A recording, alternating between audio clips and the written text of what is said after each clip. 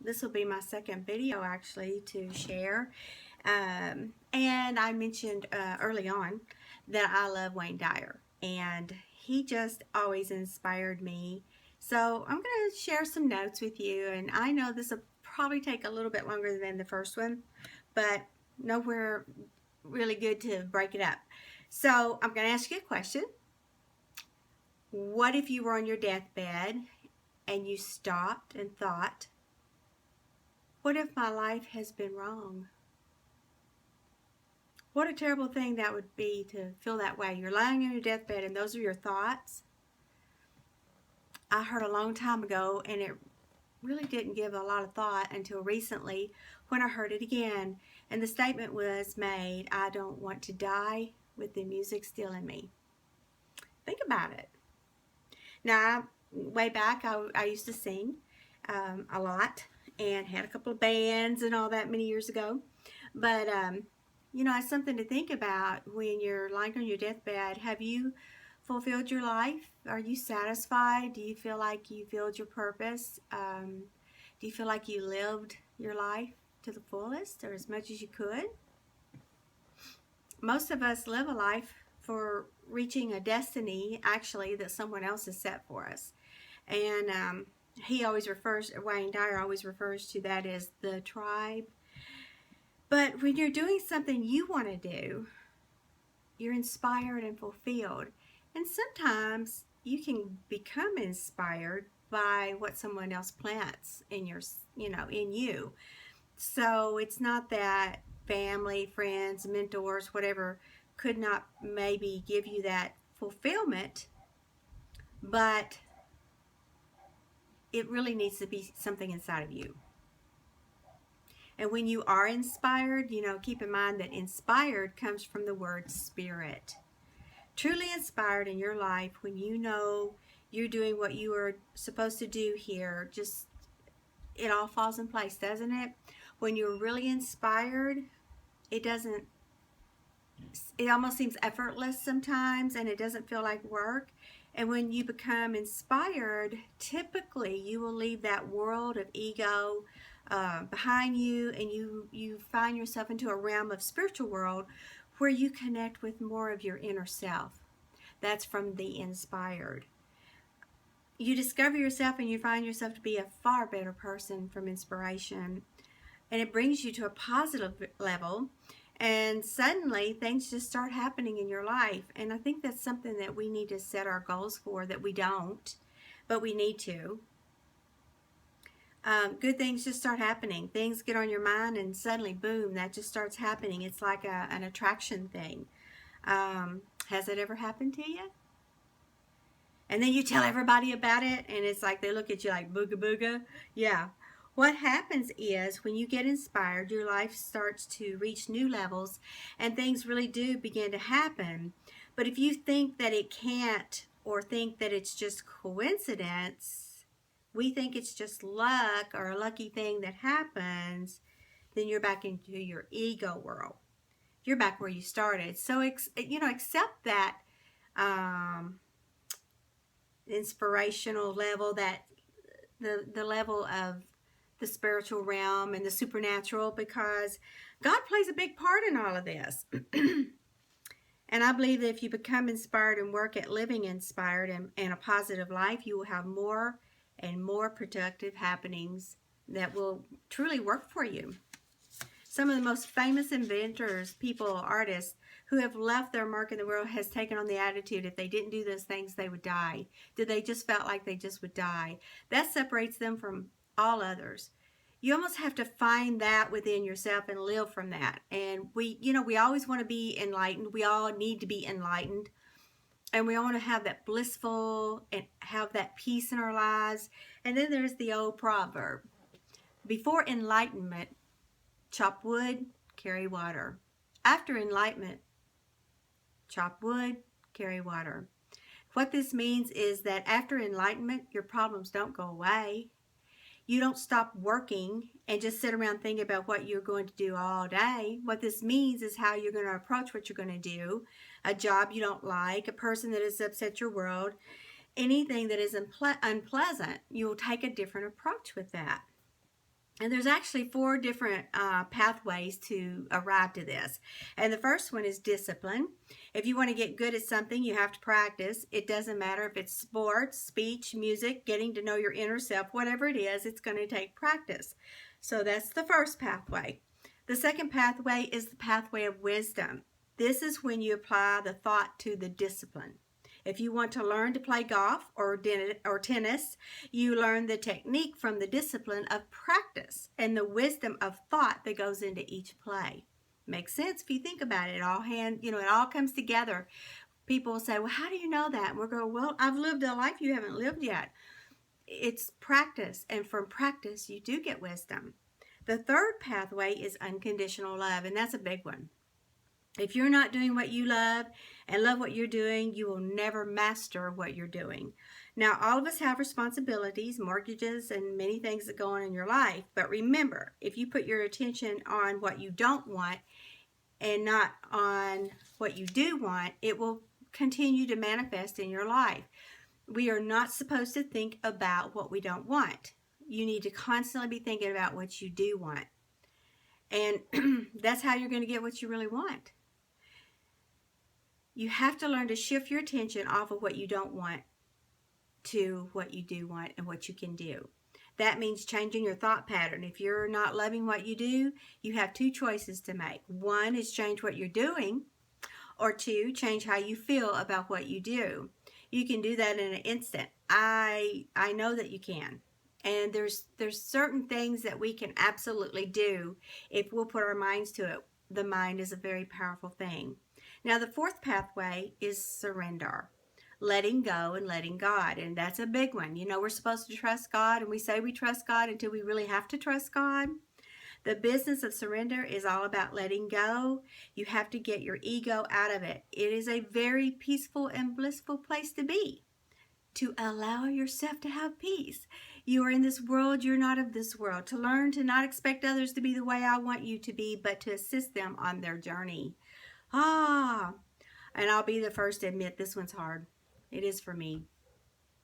Hurt and disappointment and betrayal. I think we have to learn to honor the place within us that sometimes is disturbing to others, to be able to manifest in the life that you want, that you've got to have such passion about it that when other people are out there, no matter how much you love them and how kind you are to them, and you can honor all that, you need to honor that, but within also is a spark, and it says, this is what I have to say, this is who I am, and this is how I have to live. So go there. You have to be in a very, very, very strong position in yourself. If not, needing their approval and being concerned about whether other people like it or don't like it. Now, I'm not telling you to be rude to people because they disagree with you or they don't understand your dreams or, where you're wanting to take your journey. But you can do this in a nice, pleasant way. If you find what you know you have to do and you pursue that and you let go, you will find more things arriving in your life. But it is hard. I'm telling you, I was probably the worst. And many years ago, matter of fact, these notes are very, very old. I learned that I had to do some things that pleased me and not my close friends or not my family. I had to do it for me. And so stop being concerned and share your inner self. Speak from your heart. Know in your heart and just let it go. Things will show up. What does your heart say? And have that passion. There's just, oh gosh, I don't know. I've gone through a lot of different things, but you just have to learn to dig deep inside. Find out what your passion is and where you think your purpose is. And if you start finding this and use the 4 pathways to that, you're going to see some results from it. You really are.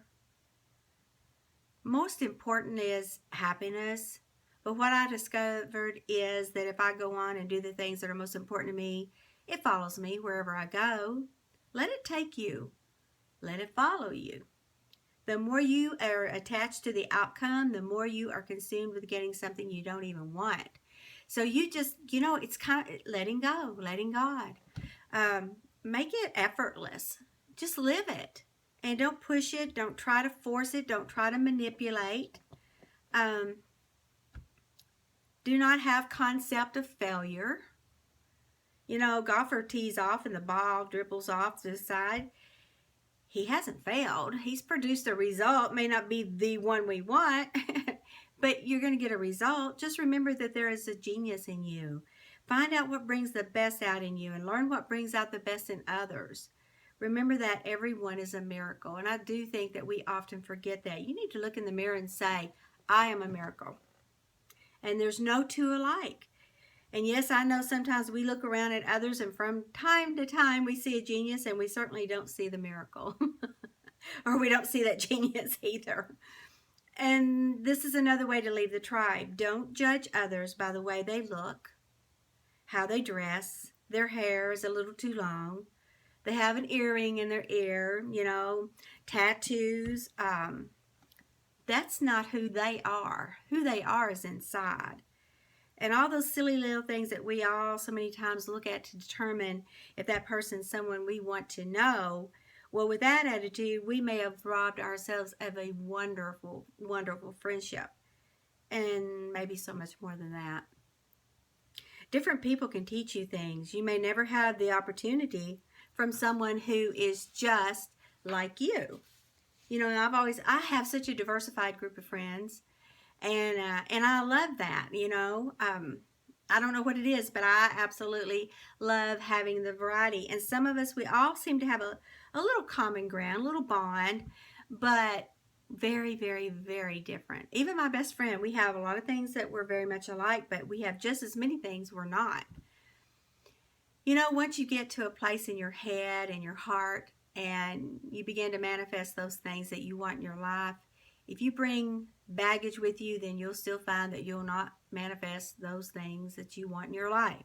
So you've got to get to that place and leave the baggage behind.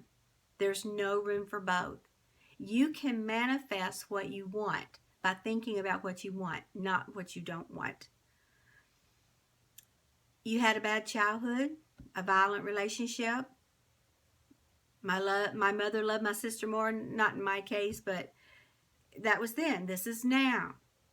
You must throw out any self-abuse you may bring on yourself. It becomes something we get attached to. I don't know why we want to hold on to it, but we do. And we don't even want to be that person. We don't even want to deal with that because there's nothing but drama and chaos in our head. Leave that tribe.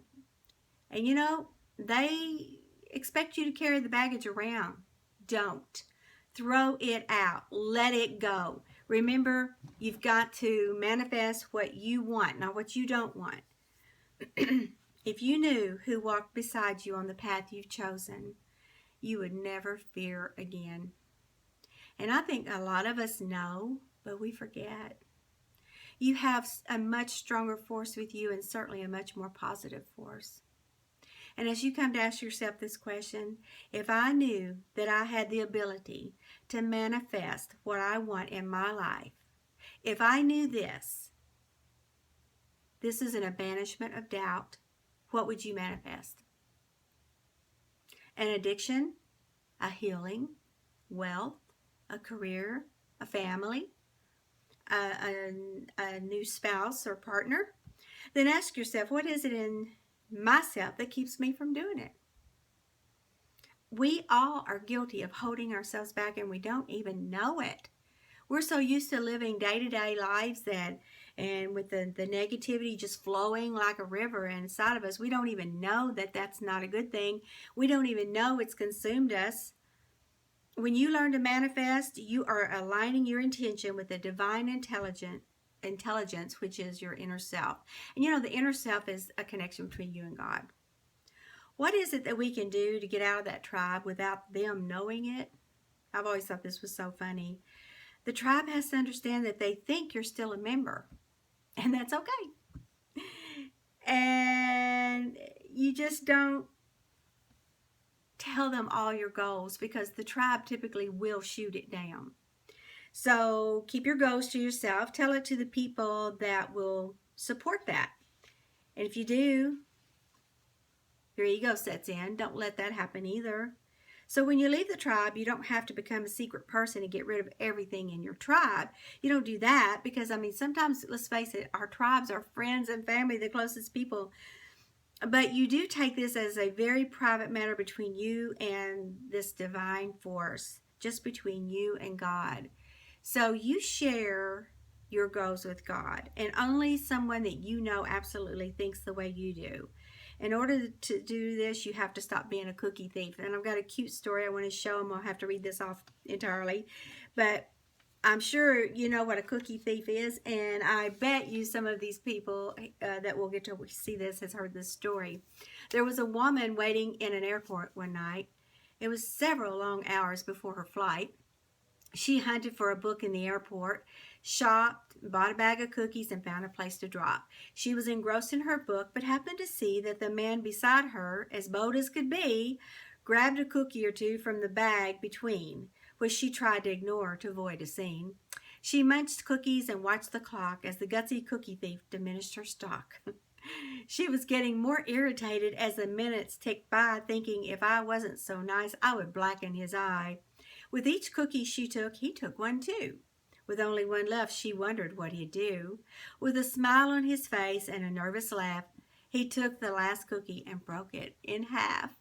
He offered her half as he ate the other. She snatched it from him and thought, oh, brother, this guy has some nerve, and he also is rude. Why, he didn't even show any gratitude. She'd never known when she'd been so galled, and sighed with relief when her flight was called. She gathered her belongings and headed to the gate, refusing to look back at the thieving ingrate. She boarded the plane, and she sank in her seat and sought her book, which was almost complete. As she reached in her baggage, she gasped with surprise. There was her bag of cookies in front of her eyes. If mine are here, she moaned with despair, then the others were his, and he tried to share. Too late to apologize, she realized with grief that she was the rude one, the ingrate thief. Now, all of us are cookie thieves in some capacity in our lives. Don't be a cookie thief. Taking bites here and there, you know, having that in our internal world, understanding the divine part of you wants something very different, this ego part of you. You know, there's really two of us. All of us have had someone in our life that could push buttons. I certainly have, and just put you in a frenzy. And I hate that, don't you? Your ego instantly enters into it, and you immediately have to make them wrong. What has happened in this moment? Think about it. A divine master who has shown up in your life that you should be kneeling down and paying homage to. What is your ego trying to tell you right now? Here is someone that is teaching you that you've not mastered yourself yet. That's a bit disturbing, I'll have to admit. That is the person you need to send love. And you say, I have a choice. I can choose peace instead of this. Now, these great spiritual teachers come disguised as manipulative, cunning, not nice, very often, and you know, their own ego trip, very inconsiderate. And there's only a few of them. And as Wayne always says in a couple of his books, there are only a few on the whole planet, but they move around a lot. And I do believe it. And they have lots of disguises. But this is the true test. So when you have the choice to be right or to be kind, pick kind.